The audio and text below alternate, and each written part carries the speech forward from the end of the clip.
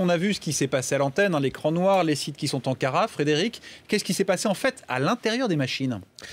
C'est vraiment une attaque d'une nouvelle ampleur et d'un nouveau genre. D'habitude, on a des petites attaques ponctuelles, on a des sites bloqués, on a des comptes Twitter qui peuvent être piratés. Là, c'est une vraie intrusion au sein du système d'information de TV5. Ça veut dire quoi? Ça veut dire que les pirates ont réussi à installer un logiciel qui est une sorte de cheval de Troie au sein du système d'information. Et de là, ils ont pu prendre la main et sur les antennes de télévision, donc bloquant cet écran noir, et sur le site internet qui est d'ailleurs toujours bloqué, et ensuite sur les réseaux sociaux. Donc c'est vraiment c'est un vrai acte de piratage, de hacking. On n'est plus du tout dans l'attaque spontanée, voilà, qui dure quelques heures. On est dans quelque chose qui a été vraiment préparé, sans doute depuis des mois, pour avoir une telle puissance sur tous ces médias. Mais Frédéric, on utilise tous Internet, alors ça veut dire que toutes les chaînes sont des victimes potentielles, les banques, les particuliers, tout le monde? Alors à partir du moment où on met tout sur Internet, on est évidemment des victimes potentielles. Ensuite, au niveau des banques, ça ne se passe pas exactement comme ça. On a du chiffrement, ils ont leur propre direction de la sécurité.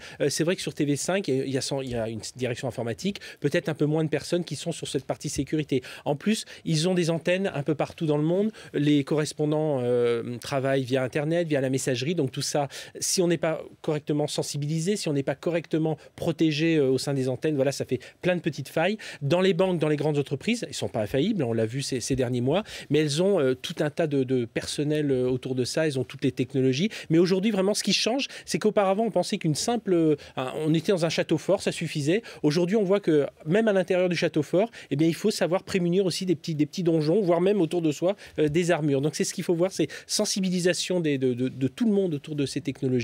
Et puis voilà, on est quand même un peu plus à l'abri dans les grandes entreprises. Quand vous nous décrivez la préparation, les mois que ça prend, Frédéric Simotel, on est vraiment dans le cyberattentat, ce qui pose la question de la compétence de ces pirates, parce que c'est pas à la portée du premier venu tout ça. Je pense que c'est pas par hasard qu'on a vu autant de ministres se déplacer sur une cyberattaque. Hein. On a l'impression de revivre un peu les moments du début de l'année pour quelque chose de virtuel, hein, qui s'est déroulé dans le monde du numérique. Et là aujourd'hui, c'est vrai qu'il faut des moyens beaucoup plus considérables. Aujourd'hui, les technologies, on a de multiples portes d'entrée. Avant, il y avait un site internet qui pouvait être attaqué. Aujourd'hui, on le voit, on peut être attaqué par le site internet, on peut être attaqué par les comptes de réseaux sociaux et on peut être attaqué au sein même du système d'information. Et là, aujourd'hui, pour les entreprises qui n'ont pas les moyens, les ressources de se protéger complètement, il faut qu'elles fassent appel aussi à Bernard Cazeneuve l'a dit, à des services de l'État qui viennent les aider à se protéger.